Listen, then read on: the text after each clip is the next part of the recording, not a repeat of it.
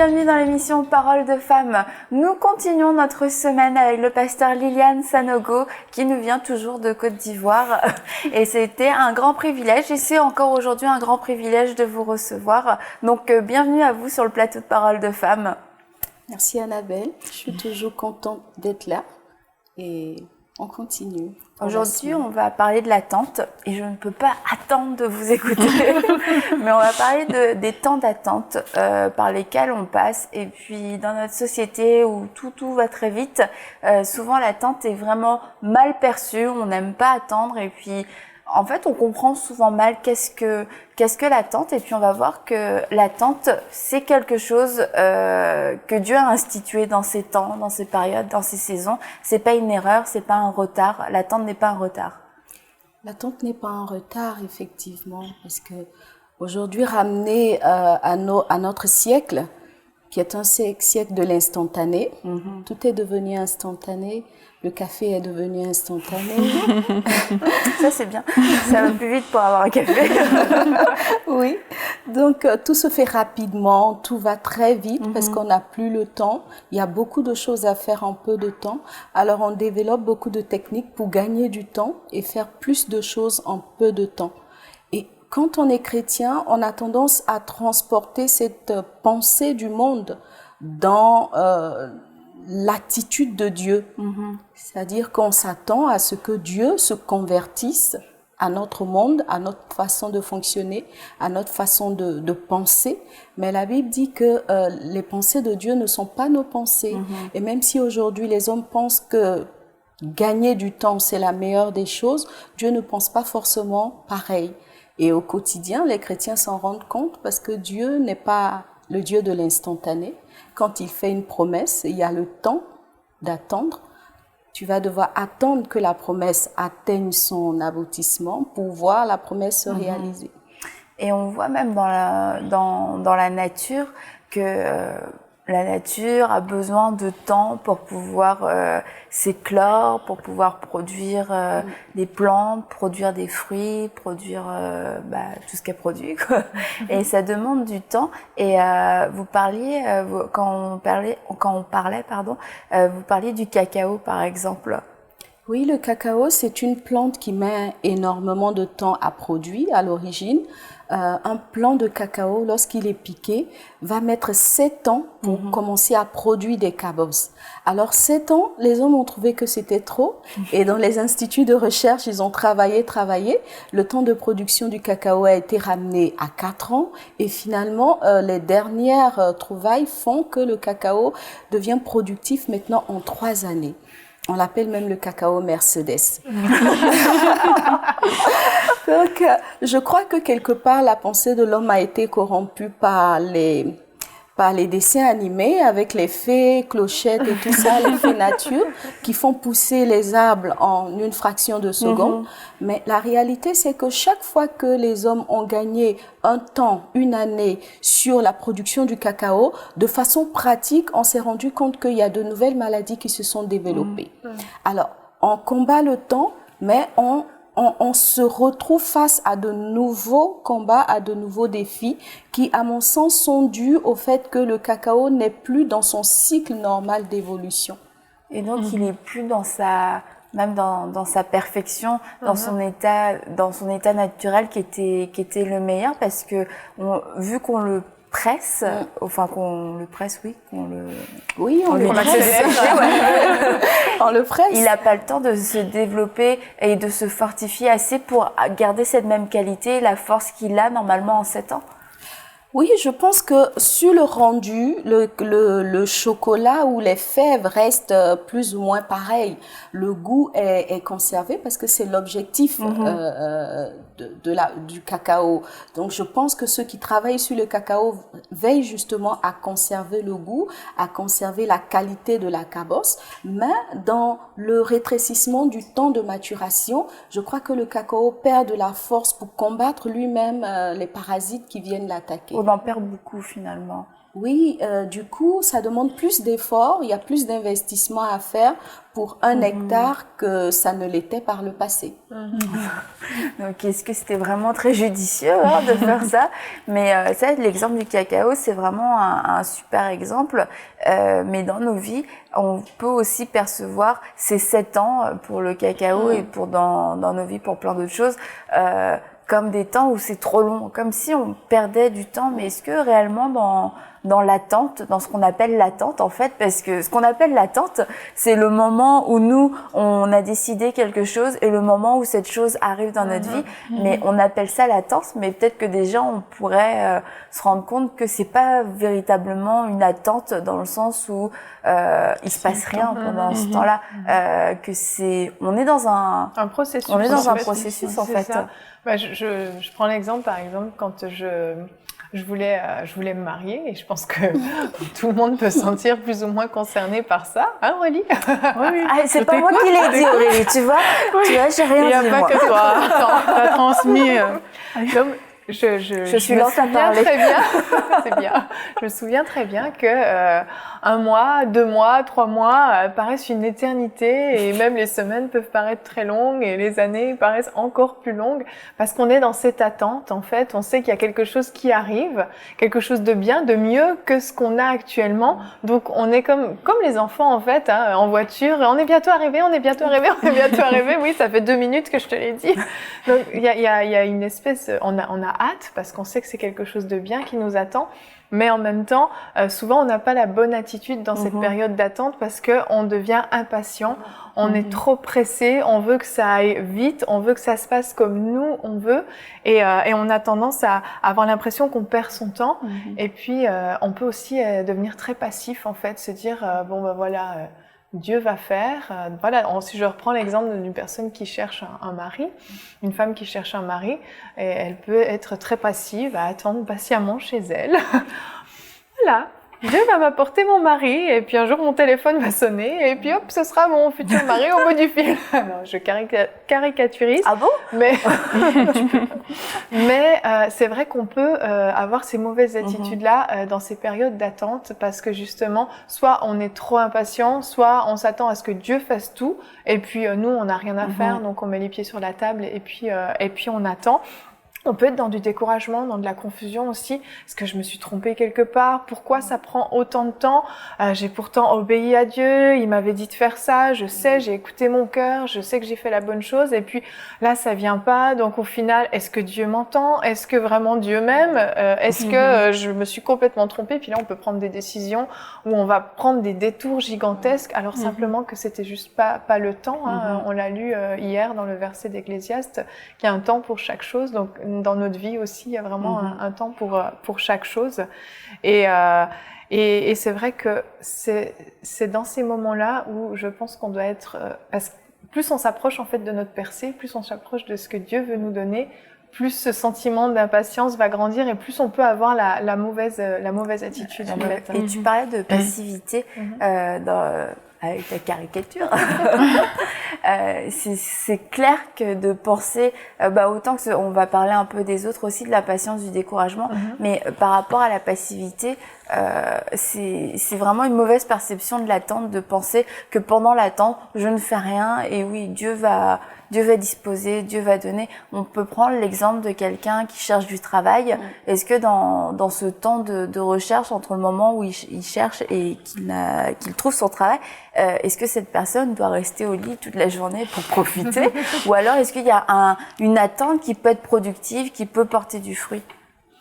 Oui, la Bible nous dit dans Ecclésiaste 3:11, Dieu fait toutes choses belles en son temps, bien que l'homme ne puisse pas saisir l'œuvre que Dieu fait.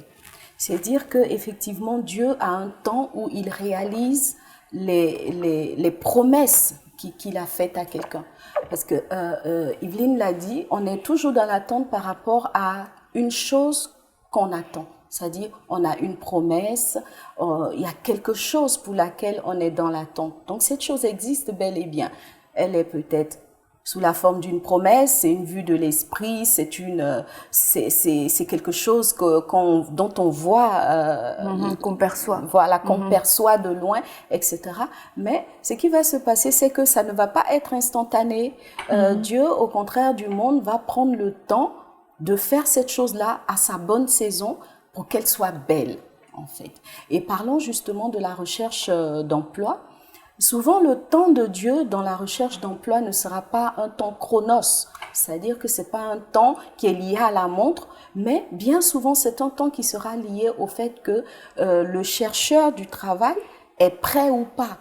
Voilà. Les opportunités, il y en a, il y en aura toujours, mais Dieu va emmener une opportunité à être la bonne quand il va considérer que la personne à qui elle est destinée est prête. Et c'est pour cette raison qu'en fait, il ne faut pas, dans l'attente d'une promesse, justement, s'asseoir à attendre que Dieu fasse. Parce que quand on s'assoit, on regarde l'horloge qui bouge avec ses minutes et tout, mais Dieu n'est pas dans cette logique d'horloge. Il est dans un temps qui est lié justement au fait que des éléments nécessaires à l'accomplissement de la promesse se mettent en place. D'où la nécessité justement de ne pas être passif, mais de continuer à être actif. Peut-être que Dieu attend que tu apprennes l'anglais pour que l'opportunité la meilleure te parvienne, parce qu'il juge que c'est celle-là justement qui est la bonne pour toi dans ta recherche d'emploi. Peut-être que tu as besoin de plus de notions en comptabilité, etc. Mais tout ça, c'est des choses qu'on perçoit par l'esprit. Et celui qui attend la réalisation de la promesse, s'il est attentif à la voix de Dieu dans son cœur, sentira une direction par rapport à quelque chose. Et je pourrais par exemple prendre un témoignage qu'un frère de l'église m'a rendu. C'est un frère qui est directeur chez Orange Côte d'Ivoire et il nous rendait le témoignage qu'il était rentré à Orange vraiment comme un petit agent.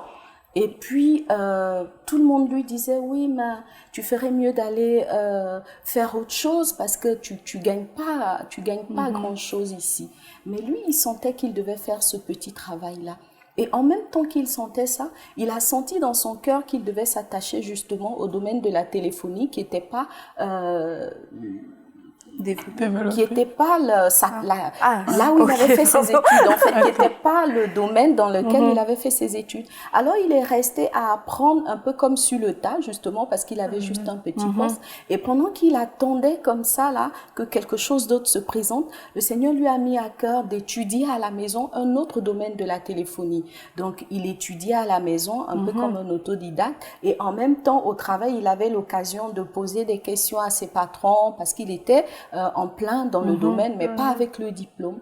Et puis un jour, il y a eu un poste qui s'est libéré et alors qu'il était dans un bureau, le grand patron d'Orange est arrivé et a commencé à parler, échanger avec lui. Et il s'est trouvé que justement, tout ce qu'il avait appris là en autodidacte, c'était les questions que le patron lui posait et il a commencé à répondre. Alors le patron, il sort et il voit l'un des directeurs, il dit, mais vous m'avez dit que ce gars-là, il n'est pas diplômé de téléphonie et tout, mais ce que j'entends là, c'est, on dit non, il n'est pas diplômé. Il dit, bon, moi, je veux quelqu'un d'efficace. On va donc le tester. Et quand on l'a testé, vu qu'il s'était formé dans le domaine, il était apte. Et il a eu le poste. C'est comme ça qu'il a commencé à gravir les échelons chez Orange. Et aujourd'hui, il est l'un des directeurs. Pour dire que l'attente, souvent, doit être active et non pas passive.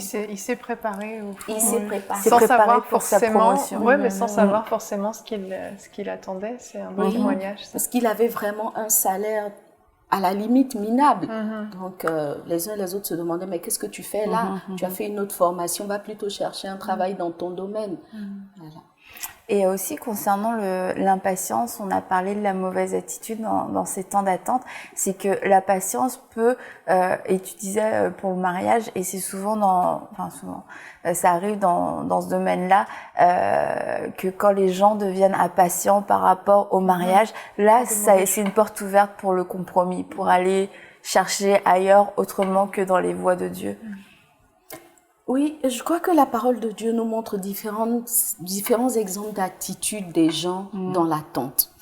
Moi, j'ai noté par exemple 3 exemples. Le premier exemple, c'est celui où les gens qui attendent qui s'attendaient à Dieu, puisque c'est de lui qu'il s'agit, qui s'attendaient à Dieu, vont au bout d'un certain temps d'attente chercher d'autres dieux. Parce qu'ils en seront venus à la conclusion que le Dieu qui leur a fait la promesse, le Dieu qu'ils avaient commencé à suivre, n'est pas suffisamment efficace pour les emmener au bout de la promesse. Ça a été le cas d'Israël, par exemple. Oui, quand ils sont sortis d'Égypte avec Moïse et qu'il les a stationnés dans le désert pour aller rencontrer Dieu pendant 40 jours. Au bout de 40 jours, la Bible dit, ne voyant pas ce Moïse revenir, ils ont décidé qu'ils devaient se trouver un autre Dieu qui allait les conduire jusqu'à la promesse. Et c'est comme ça qu'ils ont fait le veau d'or. Mais le veau d'or, c'est l'image de ce Dieu-là que je peux tenir dans ma main, que je peux orienter, à qui je peux donner une direction. Et souvent, quand on s'attend à Dieu et que ça ne vient pas, on a tendance justement à rechercher des dieux à notre convenance. Un Dieu à qui on peut dicter notre volonté, un Dieu qui peut justement accepter les compromis qu'on aimerait bien faire, mais ça... Et qui s'aligne sur notre propre horloge aussi. Et qui s'alignerait sur notre propre horloge. Mais ce n'est pas Dieu. Parce que ce qui va se passer, c'est que de la même façon que le veau d'or ne pouvait conduire Israël nulle part, de la même façon, ces dieux-là ne vous conduiront nulle part. Et vous allez revenir au point de départ. L'autre attitude, justement, c'est de vouloir prendre les choses en main. Ça a été l'exemple par exemple, de Saül, qui, lorsqu'il attendait Samuel pour le sacrifice qui devait, en quelque sorte, ouvrir le départ en guerre, a attendu, et puis non, Samuel n'arrivait pas. En même temps, il est dit que l'ennemi était à la porte. À un moment donné, Saül s'est dit, bon, c'est quoi faire un sacrifice? C'est juste égorger un animal? Ben ça, je saurais le faire. Alors, il n'attend plus Dieu, il n'attend plus l'homme de Dieu, il prend les choses en main.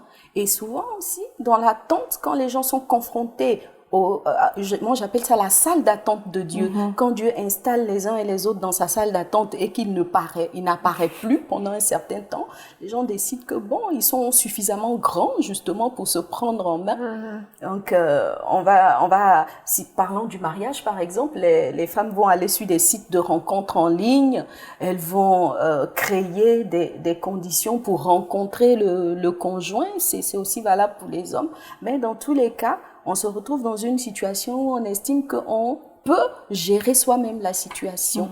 Mais ce qui va se passer, c'est qu'on aboutit à une disqualification parce que c'est ce jour-là que, dans l'esprit de Dieu, Saül a été disqualifié. Parce que Dieu a vu que Saül ne pouvait pas avoir la patience nécessaire pour s'attendre à lui.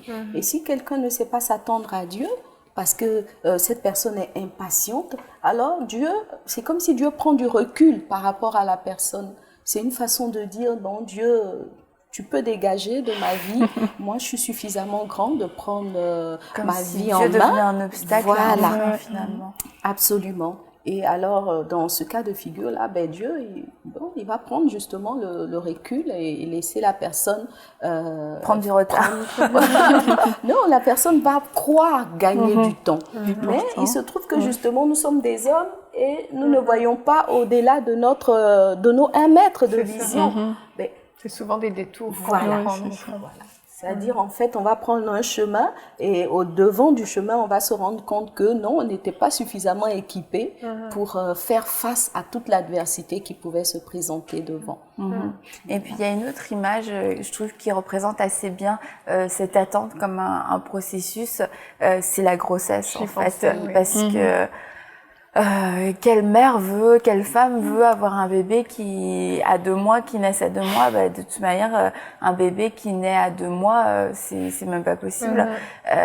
Et du coup, dans ces cas-là, c'est une mauvaise nouvelle. La femme va aller au bout de sa grossesse. Pourquoi? Parce que l'enfant a le temps de se développer, a le temps de développer ses organes vitaux. Et quand il arrive, bah, c'est le moment, c'est le temps. C'est juste que c'était le bon moment pour que l'enfant puisse sortir, respirer par lui-même. Pouvoir digérer, etc. par lui-même. Et quand on est une mère, bah, on veut pas que ce genre de choses arrive. Est-ce que tu voulais accoucher à 2 mois? Non, pas du tout. Et j'ai pensé aussi à cet exemple parce que je trouve qu'il illustre très bien ce qu'on dit. Et aussi le fait que ces 9 mois, elles sont très profitables pour la maman de devenir mère, surtout pour une première grossesse. On n'est pas maman du jour au lendemain comme ça. Ces 9 mois de grossesse nous font devenir maman au fur et à mesure et on développe vraiment quelque chose, une relation avec l'enfant. Donc c'est une attente qui est bonne au fond et souvent le dernier mois, les femmes ont qu'une hâte, c'est qu'il sorte, j'en peux plus. Mais c'est ce dernier mois qui est très précieux pour les poumons de l'enfant. Donc Dieu a fait les choses à la perfection. S'il a prévu 9 mois, c'est parce qu'il fallait 9 mois pour que ce soit parfait. Alors parfois c'est plus court pour différentes raisons, mais Dieu avait prévu la perfection et ça nous oblige à nous de devoir aussi ajuster notre agenda sur l'agenda de Dieu et non l'inverse. Et souvent c'est ça qu'on veut faire. Tu dis que quelquefois ça peut être plus court, ça l'est par la force des choses. C'est ça. Mais quand on voit les prématurés, les grands prématurés... Au final c'est un détour immense parce que tu te retrouves bloqué en néonatologie pendant plusieurs semaines, voire plusieurs mois et des complications que tu as. C'est compliqué. C'est terrible. Et c'est comme le cacao. C'est ça qui développe, qui n'a pas eu le temps de développer des anticorps, etc., qui est constamment attaqué. C'est beaucoup de soins. Et en fait, c'est ça dans toutes les promesses que Dieu nous donne. Laisser ce temps-là que Dieu a défini dans sa souveraineté pour faire grandir à la fois nous, puis à la fois, même quelquefois, l'autre, on parle du mariage, mais sérieusement, gloire à Dieu, ton mari se prépare, Aurélie. Chaque jour est un jour où il se rapproche de plus en plus vers la perfection. Et toi aussi. Exactement, c'est un processus. Tu sais, c'est Yvine qu'on a contre toi aujourd'hui. Non, mais moi,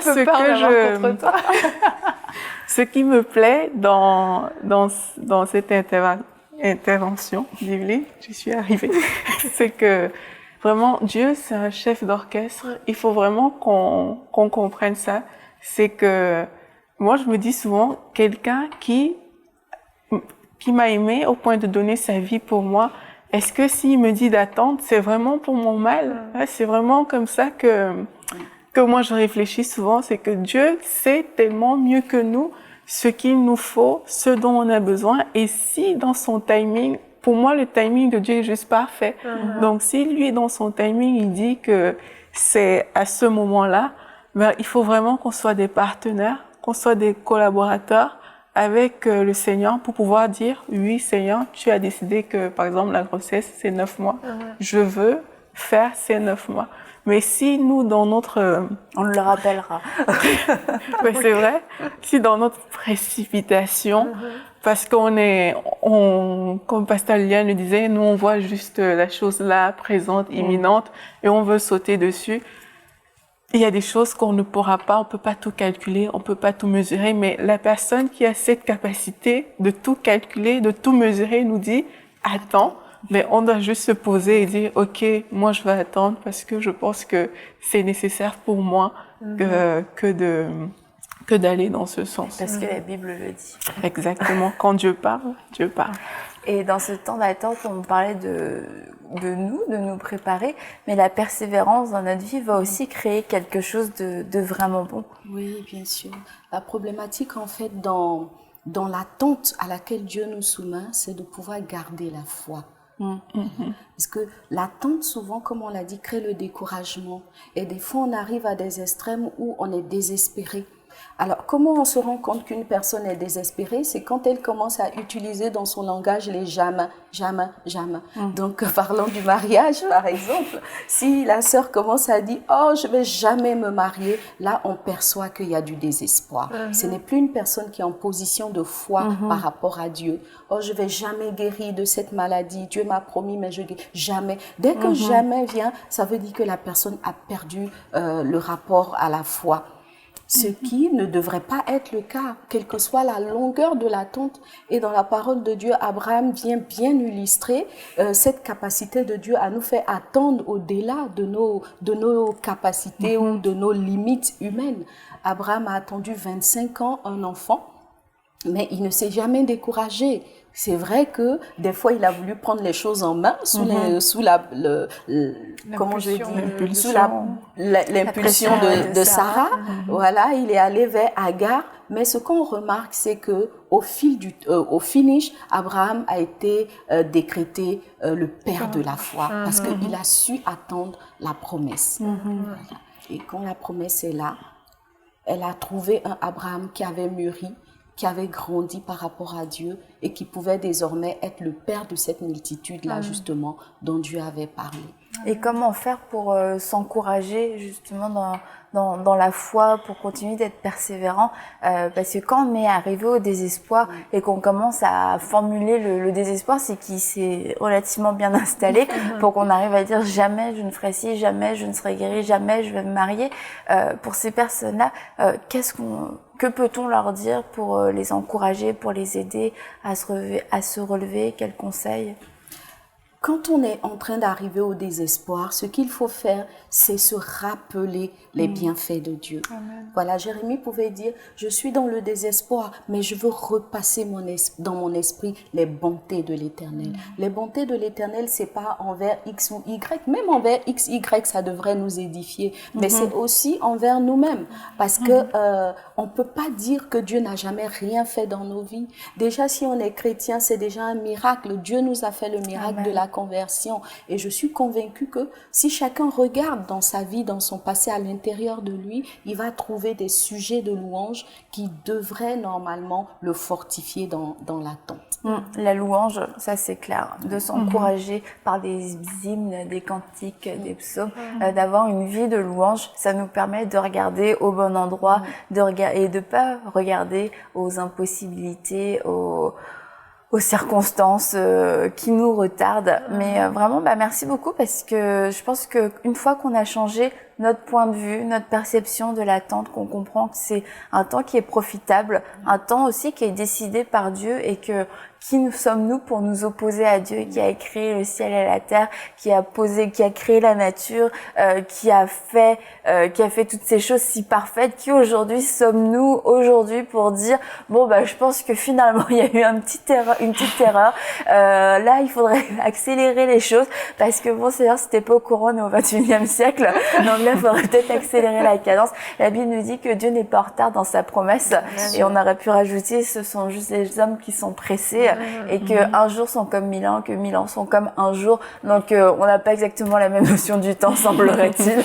Mais c'est à nous de nous aligner sur le temps de Dieu. Et puis on a parlé la passivité, le découragement et l'impatience. Ça, c'est autant de choses par contre qui retardent les temps de Dieu. Autant le temps de Dieu est le meilleur temps pour nous, mais autant notre mauvaise attitude peut retarder ce temps-là. Et là, on a juste à s'en prendre qu'à nous, parce que on fait le tour, on s'épuise, on s'impatiente, on fait les mauvaises choses, et puis on revient au point de départ sans cesse. Et je vous encourage à lire le peuple d'Israël, leur petite promenade dans le désert. Et si vous ne voulez pas que ça vous arrive, vraiment, considérez l'attente comme un bon temps de formation, d'investissement dans votre vie, un temps aussi d'investissement dans votre relation avec Dieu, où vous allez grandir dans la foi, grandir dans la persévérance. Et nous croyons avec vous que vous allez voir l'accomplissement de ces promesses dans votre vie, que vous ne les contemplerez pas de loin, mais que vous allez voir cet accomplissement, peu importe ce que vous espérez, un enfant, un mariage, une guérison. Nous croyons avec vous que ce que Dieu a dit, Dieu le fait, parce que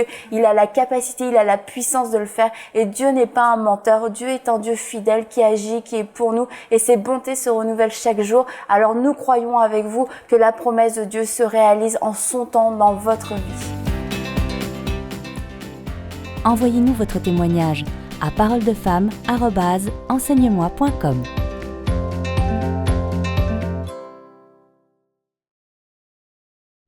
Cette émission est rendue possible grâce au précieux soutien des partenaires d'Enseigne-moi Canal International. Retrouvez tous nos programmes sur emcitv.com.